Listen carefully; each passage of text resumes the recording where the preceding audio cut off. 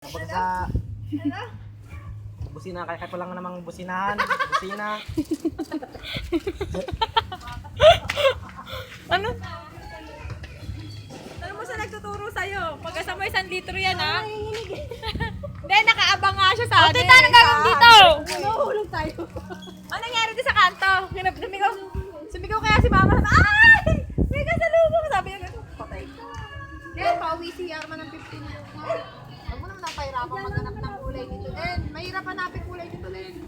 Ha? O, tita, paano video? Para na video na.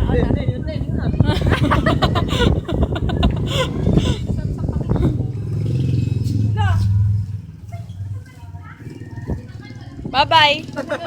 Bata. Wala.